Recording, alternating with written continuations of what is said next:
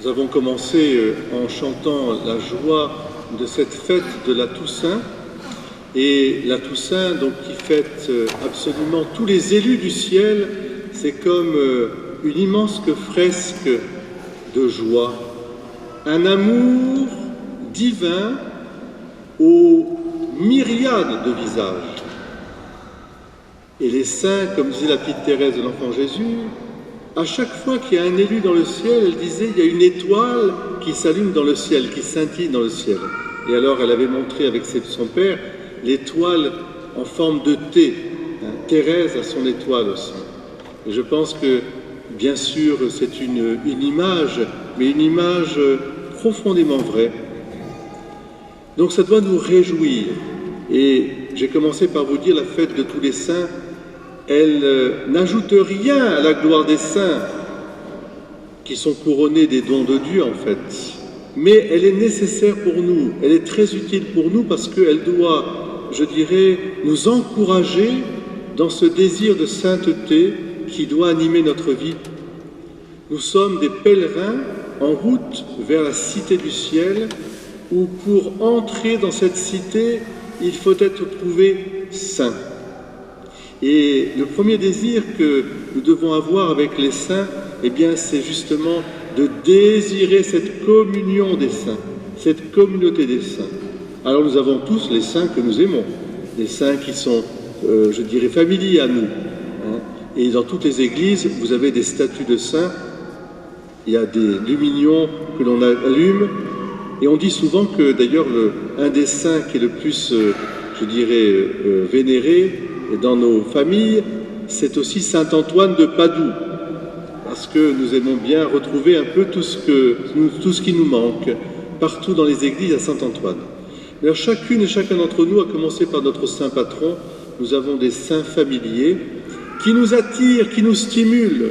Mais alors j'ai envie de dire, est-ce que nous pourrions être davantage dans un désir de la famille des enfants de Dieu, dans cette communion des saints? Je pense qu'il faut demander cette grâce. C'est le grand désir d'abord, le premier des désirs. Alors je voudrais vivre dans cette maison de Dieu avec où la lumière de cette maison c'est le Christ Jésus, où il n'y a plus ni pleurs, ni douleur, ni rien, mais que la joie de Dieu en nous et nous en Dieu. Vivre la famille des saints. Et les anciens qui ont construit nos belles églises et nos cathédrales, en particulier, on en a vu un bel exemple cette semaine avec la cathédrale de Chartres, ont tout bâti en fonction un peu de ce rassemblement vers la communion des saints. Et quand vous arrivez devant la cathédrale de Notre-Dame de Chartres, devant ce portique d'entrée, il y a déjà,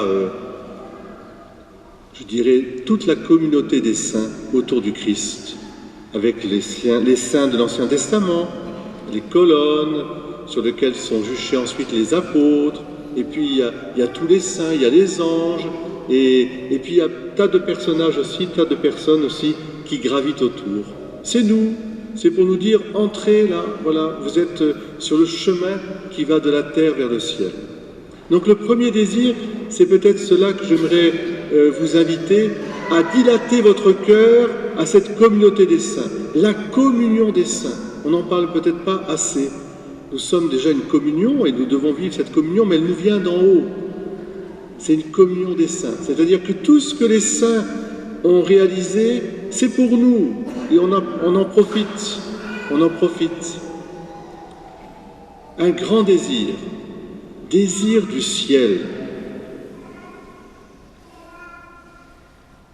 Et les anciens, les pères de l'Église et les moines ont été élevés dans cette, je dirais, orientation. Nous sommes de passage, notre cité se trouve dans les cieux. Un amour aux myriades de visages. Alors nous avons les saints d'à côté, comme dit le pape François, c'est-à-dire que nous avons des saints de nos familles. Ils ne sont pas sur les autels, mais je suis sûr que nous avons côtoyé des saints tout au long de notre vie. Pensez à un grand-père, une grand-mère, une tante, peu importe, des gens que vous avez rencontrés et vous avez senti ce parfum de sainteté qui vous rendez meilleur. L'autre désir qui est très important aussi, c'est celui qui est manifesté évidemment dans la seconde lecture de Saint Jean, c'est que la sainteté, elle vient d'abord de celui qui est saint, de celui qui a acquis la sainteté une fois pour toutes dans notre humanité, le Christ Jésus que l'Apocalypse appelle le lion de Juda, l'agneau sans tache, devant qui Jean pleure parce qu'au départ, il voit le livre de vie et personne ne peut ouvrir les 7 sceaux, les 7 rouleaux finalement de ce livre, qui indique la plénitude de l'histoire humaine, de la création tout entière, le chiffre 7 ici important. Et alors, il a un grand désir, Jean, de voir ce livre de vie qui l'emporte sur la mort, sur la souffrance et la peine, et même le péché qui l'engloutit. Et voilà qu'apparaît le lion de Juda, l'agneau sans tache, celui qui a versé son sang et donné sa vie pour nous, pour que nous ayons la vie. Et il comprend à ce moment-là, en voyant le ciel avec les vieillards, les myriades d'anges et de saints, tous rendre gloire à Dieu le Père par le Fils, l'agneau, dans la puissance de l'Esprit Saint. Jean comprend que la sainteté incarnée dans notre humanité, c'est Jésus-Christ. Et si nous sommes membres du corps du Christ, alors, comme Paul le fait dans ses épîtres, quand il s'adresse aux villes, comme s'il s'adressait à la ville de Carpentras, il commencerait par dire « au sein de la ville de Carpentras ». Il a dit pour Éphèse, pour les Romains, etc. Et c'est vrai qu'en se regardant, on sait très bien qu'on n'est pas saint. Mais nous sommes en voie de sainteté parce que c'est le Christ qui habite en nous, c'est le Christ qui est notre lumière, notre chemin, notre vie, c'est le Christ que nous recevons dans les sacrements. Et il y a une audace extraordinaire de saint Paul à s'adresser à nous comme aux saints de l'Église d'eux. Parce que c'est notre vocation, mais elle se réalise dans le Christ Jésus. Désir de la famille des enfants de Dieu, désir que le Christ soit notre vie, c'est ce qui fait la Toussaint. C'est la fête de la Toussaint. Qu'elle puisse grandir en nous, que ce désir puisse vraiment grandir en nous.